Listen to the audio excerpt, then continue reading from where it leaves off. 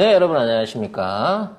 송 작가의 갑작스러운 인터뷰. 오늘도 여러분 전혀 예상하지 못할 손님 모시고 인터뷰 한번 진행해 보도록 하겠습니다. 더불어민주당 양이원영 국회의원 나오셨습니다. 네, 안녕하세요. 바람과 해를 담은 정치 더불어민주당 국회의원 양이원영 인사드립니다. 후쿠시마 원전 오염수 대책단으로 네 분 고생하고 오셨는데 칭찬하는 사람이 없더라고요. 네. 네, 애청자분들을 대표해서 제가 감사 인사를 좀 드리겠습니다. 네. 이번에 대책단으로 갔다 오신 게 일회성으로 만들어진 조직인 건가요? 앞으로 꾸준하게 후쿠시마 원전 오염수 대책을 위한 활동을 해나가기 위한 고정적인 조직이라고 봐야 될까요? 저희 대책단은 작년 8월 11일 날 결성이 됐습니다. 네네. 원내 대책기구로 먼저 만들어졌고요. 그리고 어제 이걸 당 대책위원회로 지금 승격이 된 상태예요. 국정감사 때 지금 IAEA의 파견을 우리나라 전문가를 보냈다고 하니까 그 사람도 증인으로 불러서 얘기도 하고 국무조정실 TF와 간담회도 하고 정부에게 자료 요청을 하거나 그런 일들을 계속 하는 와중에 한일 정상회담에서 윤석열 대통령이 마치 일본 정부의 방류를 동조하는 듯한 얘기를 했다고 알려지니까 그래서 저희가 불이 나게 일본을 간 거죠. 윤 대통령이 일본 방문했던 자리에 일본에서는 뭐 충분히 자료를 제공하겠다.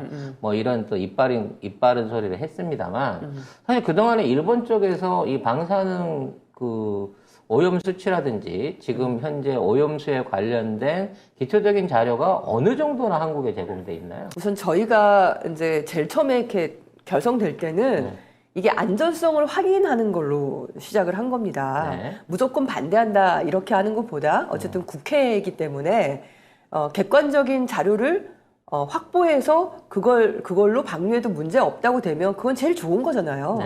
그래서 정부에 계속 그걸 질문을 했어요. 그러다가 저희가 확인하게 된 거는 아까 태평양 도서 연안국가 한 18개 국가가 모여서 포럼이라고 만들어서 거기에 이제 자문하고 있는 과학자들이 동경전력에서 직접 데이터를 받았다 그러더라고요. 이게 우리는 안 주고 피해 당사국 근데 우리가 일본인데 없을 줄은 모르고 그분들이 그렇게 얘기를 하니까 그때 이제 발표를 하시기를 샘플링을 하는 과정부터가 문제가 있다. 그리고 데이터를 객관적으로 봐도 일관성도 없고 이게 과학적이지 않다. 이상한 데이터다. 재차 요구했다. 이런 얘기를 하시는 거예요. 그래서 저희가 좀 그때 많이 놀라서 우리나라 정부에 먼저 안전위원회 국조실에다가 이제 자료 요청을 한 거죠. 그때 저희가 알게 된 겁니다. 그 자료는 우리나라에 없구나. 그럼 도대체 어떤 자료를 가지고 있냐 이렇게 물어보니까 일본에서 평가, 심사한 결과 자료를 가지고 있더라고요. 일본 정부가 검열한 자료만 갖고 있는 거네요. 그리고 사실. 그거에 대해서 이제 궁금한 게 있으면 물어보고 그때 받은 자료가 있지만 우리가 그 PIF, 그 태평양 도서 연안국가의 과학자들이 가지고 있는 그 자료는 가지고 있지 않다라는 거 확인하게 된 거고요. 그제서야 비로소 2월 달인가 일본에다가 요청을 했다고 합니다. 근데 그 이후에 그 자료를 받았는지는 또 감감무소식이에요. 출발 전에 일본 대사관 방문하셔가지고 자료 요청에 대한 요구 또는 섭외에 대한 요구를 했는데 사실상 퇴짜 맞으신 거죠? 일본 대사관 쪽에서는? 그러니까 일본 대사관 방문도 저희가 작년 11월 달부터 공문을 꾸준히 보냈어요. 저희 대책단에 이제 외교통상 쪽을 담당하는 의원이 있으니까 일본 대사관에 공문도 보내서 우리가 방문을 하겠다. 처음엔 면담 요청을 몇 차례를 했는데 이래서 미루고 저래서 미루고 사실상 거부를 한 거죠. 근데 제가 일본을 가겠다고 이제 발표를 하고 그 전에 일본 대사관을 항의 방문하겠다 이렇게 말을 바꿨어요. 면담 요청에서 항의 방문으로. 그랬더니 연락이 온 거예요. 그제서야. 저희가 그래서 그 홈페이지 다시 또 확인을 했어요. 일본 전문가들 통해서. 그렇지. 일부만 올라가 있고 우리가 얘기한 그 자료들을 원 자료나 전체 자료에 올라가 있지 않다는 게 확인이 되어 있고 그리고 저희가 요구하는 여러 가지를 이제 동경전력 면담 요청이라든지 여러 가지 자료 요청이라든지 이런 걸 다 얘기를 하니까 본국의 동경에 저희가 보고하겠다.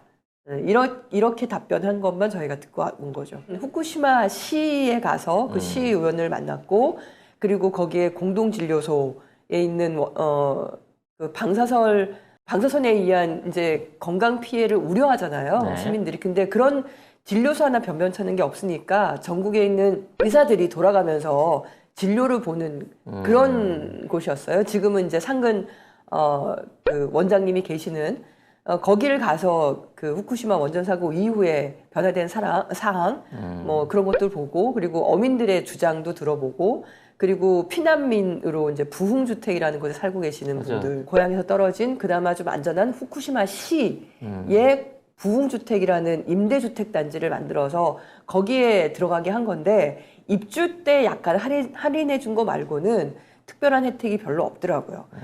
저는 국민의힘에서 그렇게 비판하고 조선일보에서 그렇게 비판하는 걸 보면서 그러면 좀 직접 하시든가. 그러니까 안 가본 놈들이 안 가본 사람들이 직접 갔다 온 사람 보고 자기들이 더 잘한다. 자기들 주장이 맞다고 말하는 건 말이 안 되죠. 아니 입장이라도 내라고요. 그러니까 저희가 갔다 오고 나서야 국무조정실에서 입장을 낸 거 아닙니까? 안전성 검증이 안 된 방류에 대해서 반대한다는 입장을 그제서야 낸 거예요. 그러니까 입장을 말이라도 하든가 입장을이라도 내든가 그러니까 계속 우리가 요구한 건 입장을 내라. 일본 정부한테 요구를 해라라고 얘기를 했는데 그 건에 대해서 침묵을 계속했어요. 그래서 시민사회에서는 뭐라고 얘기를 했냐면 침묵으로 공범을 자초하는 윤석열 정부다 이렇게 말을 했거든요.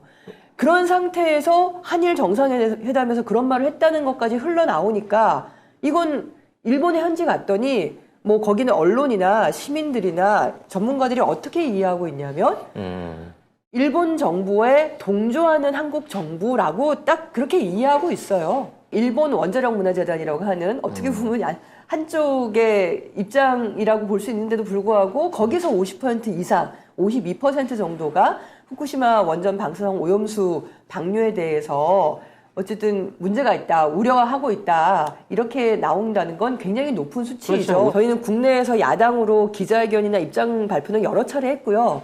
그러면 그 다음 단계는 더 이상 이제 답을 기다리다가 지쳐서 우리가 먼저 행동을 하겠다고 한 거고요.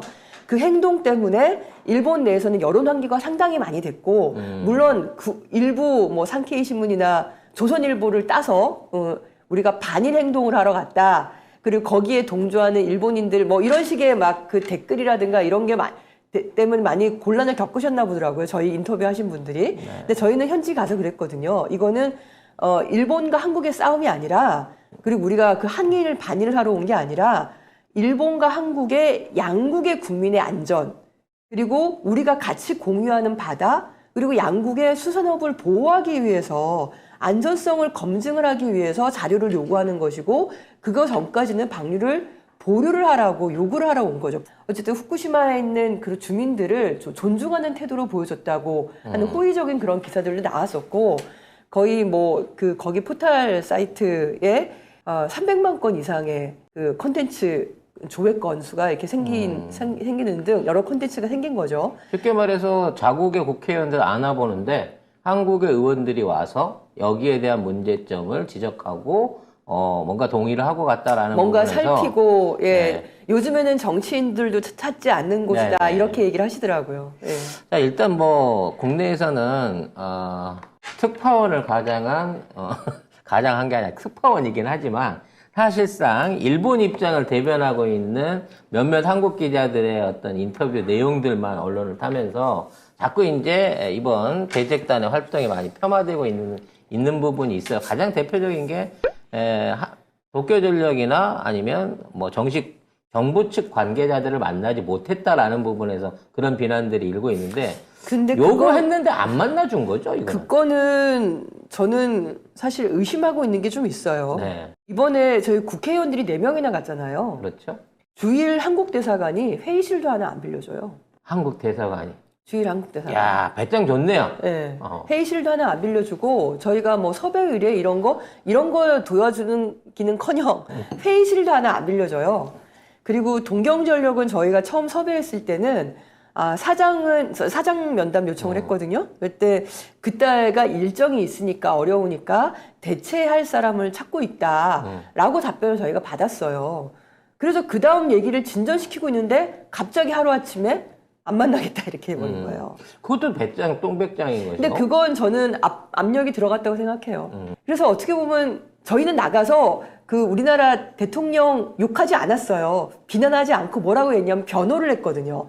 대통령실에서 그건 가짜뉴스라고 했다. 그런 입장 아니다. 그건 오해하는 거다. 이렇게 저희는 변호를 했다니까요. 왜냐하면 우리는 같은 입장으로 일본에 대해서 얘기하는 게 맞지 않습니까? 일본에 있는 전문가 집단 하에서 현재 일본 도쿄전력의 오염수 관리에 대해서 어떻게 평가하고 있었습니까? 그때?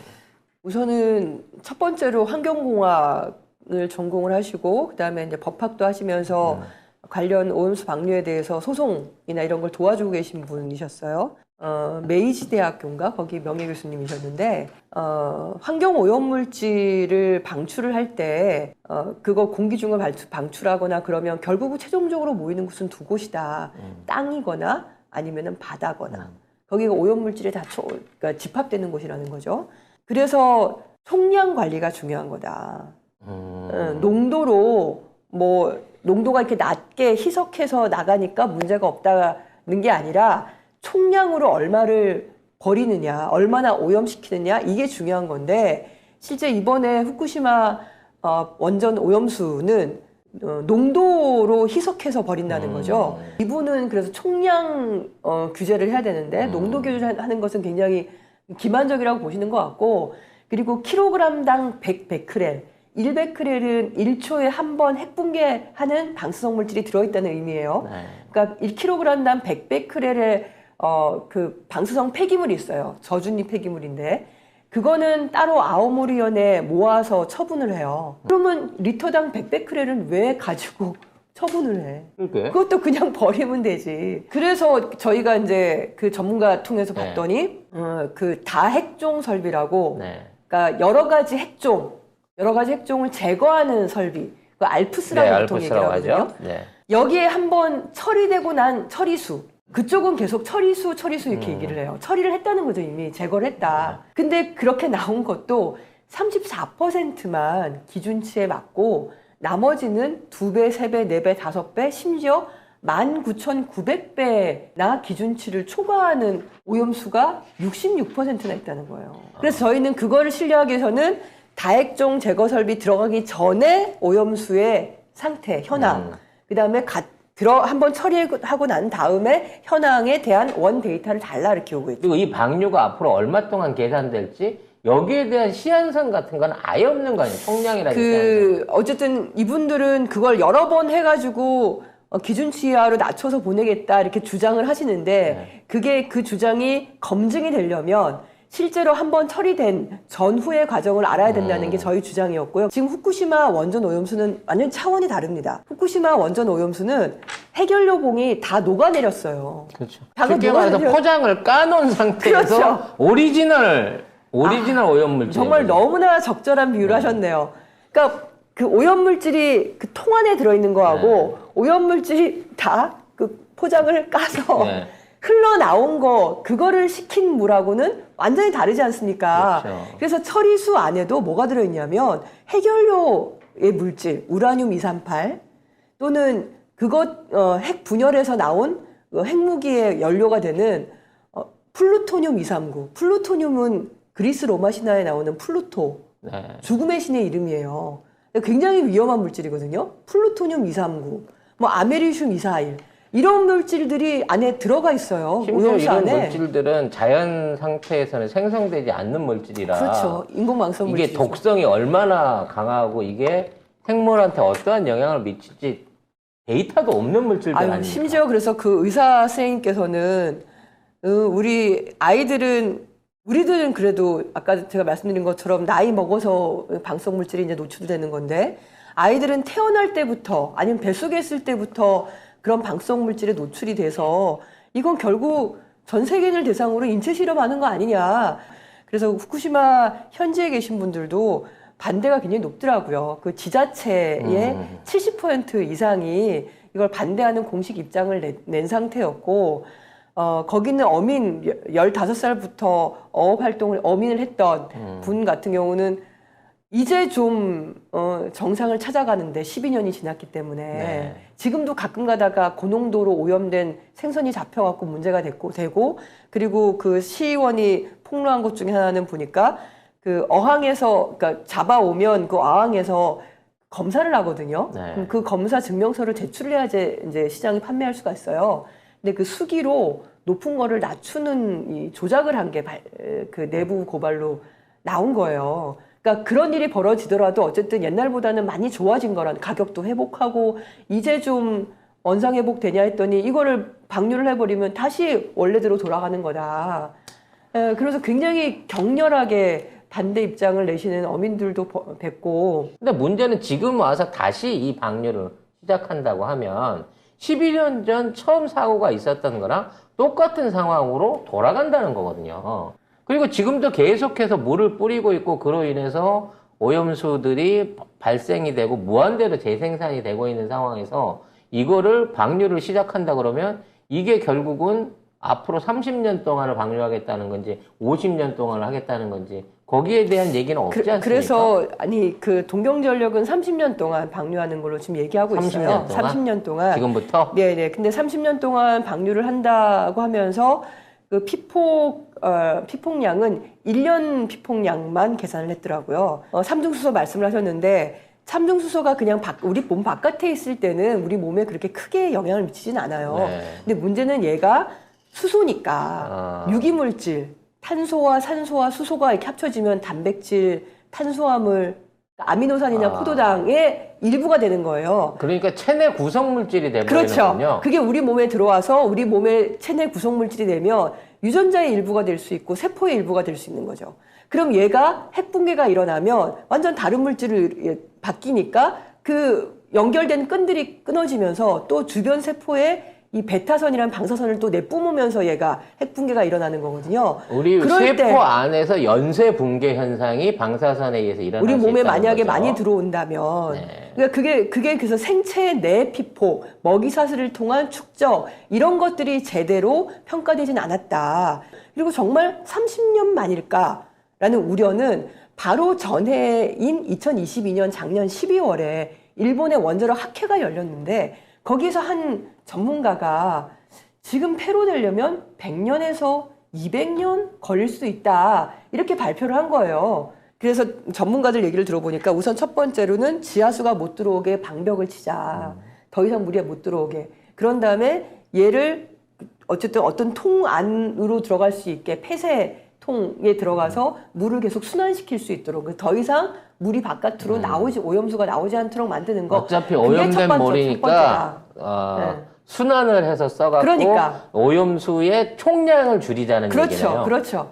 그거를 먼저 하는 게 우선이라는 거예요. 방류하는 것보다. 그리고 그러니까 보관할 장소가 부족하지가 않아요. 저희가 갔을 때 그 옆에 빈 공터가 많아요. 그러면 그렇게 지역 주민들이나 전문가들이 방류하지 말라고 하는데도 불구하고 방류를 하려는 건 결국은 도쿄전력의 경비를 줄여주기 위한 거다. 이게 맞는 걸까요? 경비를 줄여주기 위한 것도 있고 이런 얘기도 해요. 사용 해결료라고 해서 원전에서 이제 핵분열이 일어나고 난 다음에 나오는 그 고준위 핵폐기물이 있거든요. 네. 이걸 그 재처리를 하면은 플루토늄을 뽑을 수 있어요. 핵무기 원료를. 네. 근데 일본이 끊임없이 그 재처리를 하고 싶어 해요. 재처리를 하는 공장을 지금 지었거든요. 근데 이게 재처리하는 공장을 지으면 거기가 방사성물질이 또 많이 나와요. 그래서 그걸 무마시키기 위해서 이 정도의 방사성물질은 문제 없다는 식으로 먼저 내보내는 거 아닐까 이런 의심을 하시는 분도 계세요. 얘네들이 하수구를 뚫어놓고 다른 데서 만들어지는 방사성 핵종까지 여기다 갖다가 보태서 흘려내버릴 수도 있겠네요. 그러니까 그냥 방류하는 거를 아무렇지도 않게 그냥 그렇게 오히려 사전 작업을 하는 건 아니냐. 그러네요. 이렇게 의심하는 전문가도 계셨어요. 그리고 또 알게 된 것은 소아 갑상선암 환자가 많이 늘었어요.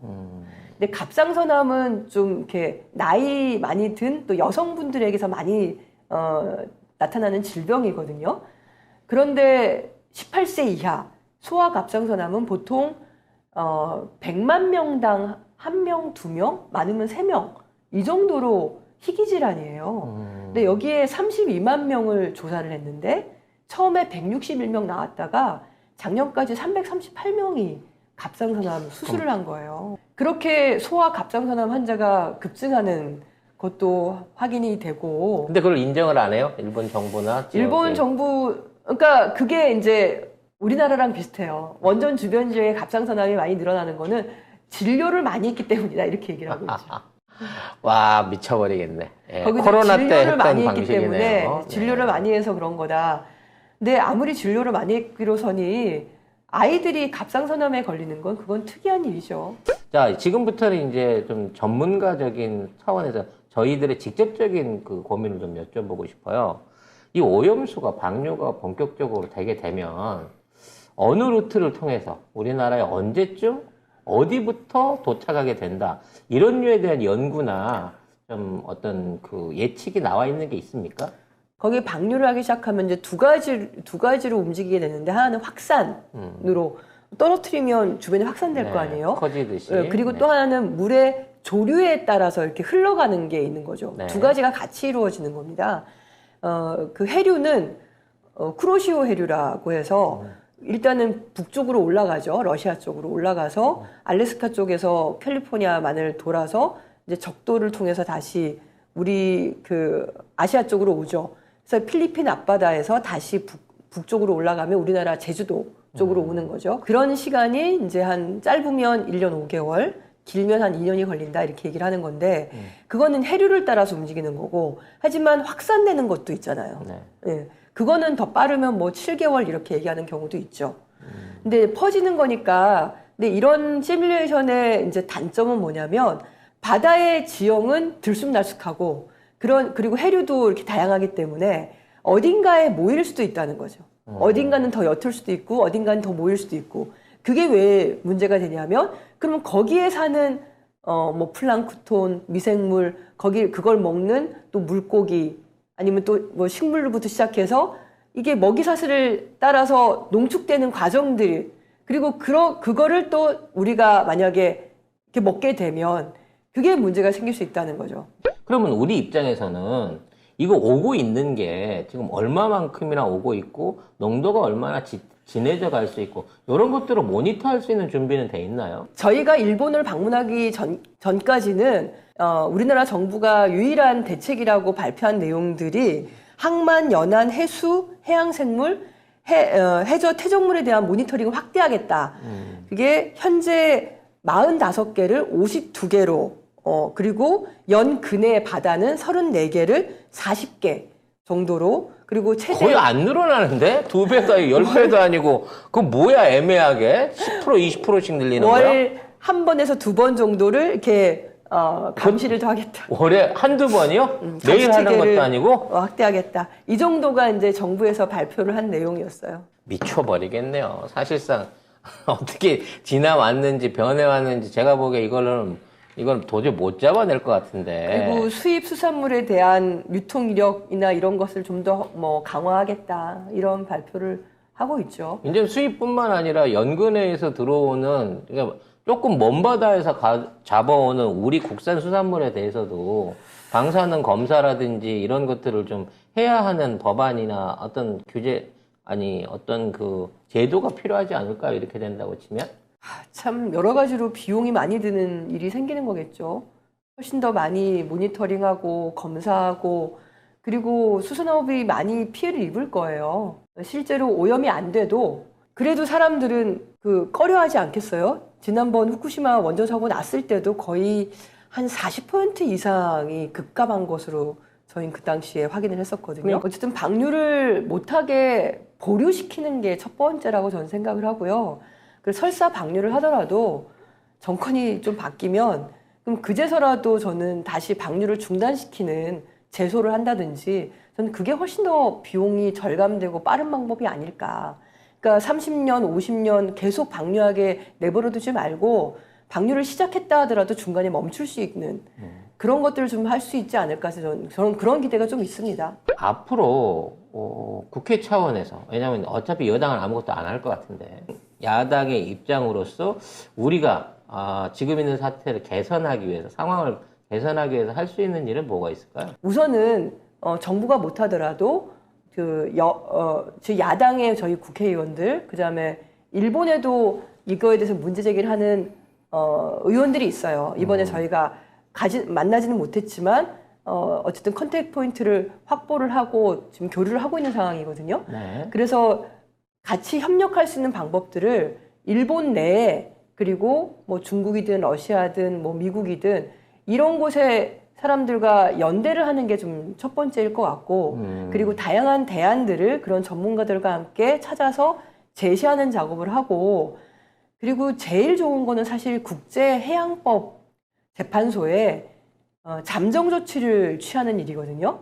마치 이거는 가처분 신청을 하는 것과 마찬가지인데, 국제해양법 재판에 관련한 그 전문가들, 변호사, 뭐 국제 전문가도 있고 국내 전문가도 있는데, 이분들 얘기로는 승산이 굉장히 있다. 지금까지 그 재판소에서 내렸던 결정들이 바다에 무슨 오염물질을 투기하는 자체를 막는 형태로 지금 계속 결과가 나오고 있다고 합니다. 그래서 우선은 잠정 조치를 취하는데 한 일주일밖에 안 걸린대요. 신청하면은 결과 나오는 데까지. 그거를 먼저 최대한 빨리 하도록 만드는 거.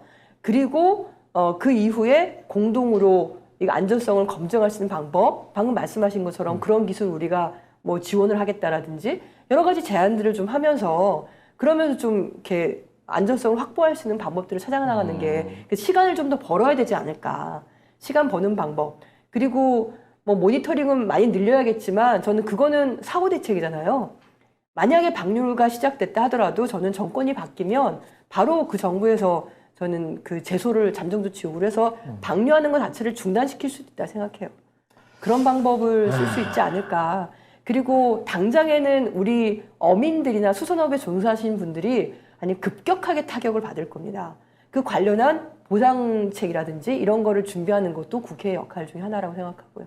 자, 조금 요거는 이제 다른 얘기일 수 있겠습니다만, 이제 내년이면 저 총선이고, 네. 이제 이런 활동을 이어가기 위해서는 국회 안에서 활동하시기 위한 또 총선 준비를 좀 하셔야 되지 않습니까? 네. 지금 어떻게 준비하고 계신지 근황에 대한 설명을 좀. 내년 총선 준비요? 네. 네.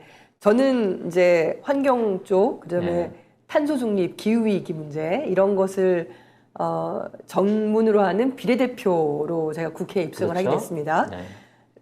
이 문제를, 이 분야를 계속적으로 확대해 가기 위해서 결국 정치가 이 문제를 해결해야 된다고 생각을 하고 네. 재선 준비를 하고 있습니다. 네. 재선은 비례대표 국회의원은 이제 지역구에 가서 네. 이제 경선을 해야 되는데, 어디를 가실 예정을 하고 계신가요? 저의 이런 정치와 이제 많이 맞닿아 있는 곳 중에 하나가 광명을이에요. 광명을. 네네, 광명을. 광명에는 뭐 빛의 도시, 빛으로 밝은 도시 이런 의미인데, 그 기후 의병이라고 해서 기후 문제를 해결하기 위해서 여러 가지 실천들을 하는 분들이 1,300명이나 지금 모여 있는 상황이고, 그렇군요. 거기에 다양한 햇빛 발전 협동조합 같은 이런 활동을 하시는 분들도 많이 계세요. 그래서 그런 분들과 저희 당원들과 함께 좀 더 지속 가능한 사회, 좀 더 안전하고 깨끗한 사회를 만들기 위한 그런 정치를 좀 해보려고 준비를 하고 있습니다. 그러면 지금 그쪽에 지역위원장이 있으시죠? 네, 저희 당에 네. 예, 양기대 의원님이 지금 계신데요. 이분 네. 막강한 분이죠. 네. 그 시장도 2번이나 하셨고, 막강하시죠? 시장도 예. 하셨고 서울대 나오셨고 네네. 동아일보 기자도 하셨고 네네. 이낙연 씨하고도 친하고 네. 매우 막강한 분이라고 생각합니다. 네네. 네, 아주 네, 혼내주는 막강함이 있죠. 네. 근데 저는 이제 당원들을 위해서, 또 네. 지역을 위해서, 나라를 위해서 누가 더 잘하고 필요한 국회의원인지를 경쟁을 저희도 해야죠. 그래서 그럼요, 제가 당연하죠. 여기 있는데 왜 왔냐 이렇게 얘기하시면 아니 초등학생들도 지금 서로 경쟁하는 판에 정치인들도 경쟁을 해야죠. 경쟁을 해서 누가 더 잘하나. 그게 저는 매기 역할도 하고 있다고 생각을 하고 있고요. 네. 네. 뭐 멀다면 멀고 가깝다면 가깝겠지만 아마 연말 되면은 아마 후보 공천에 관련한 경쟁이 시작이 되겠죠. 바쁘신 활동 지금 이제 가장 많이 일하셔야 될 이 시기이긴 하지만 그럼에도 불구하고 꼭 다음 총선에서 광명을 양기대 현 의원을 경쟁해서 이기시고 꼭 그 자리 가실 수 있도록 네, 의정 활동과 그리고 지역구 관리 잘 되시길 기원하시고요. 기회 되시면 또 다른 소식이 있으면 한 번 더 저희 초대석을 통해서 만나 뵙기를 청하도록 하겠습니다. 네, 오늘 긴 시간 같이 좋은 소식 알려주신 거 너무 감사드리고요. 네, 마지막으로 애청자분들한테 인사 한마디 부탁드리겠습니다. 네, 바람과 해를 담은 정치 국회의원 양이원영입니다. 요즘에 저희 당에서 불미스러운 일도 있고 해서 제가 사실 너무 송구스럽고 얼굴 들 면목이 없습니다. 그래도 저와 같은 많은 국회의원들이 더 좋은 세상을 만들기 위해서 현장에서 열심히 뛰고 있다. 그런 것만은 꼭 좀 알아주시기 바라고요. 저희 당이 다시 거듭날 수 있도록 좀 많이 격려하고 지지해 주시길 바랍니다. 감사합니다. 네, 감사합니다.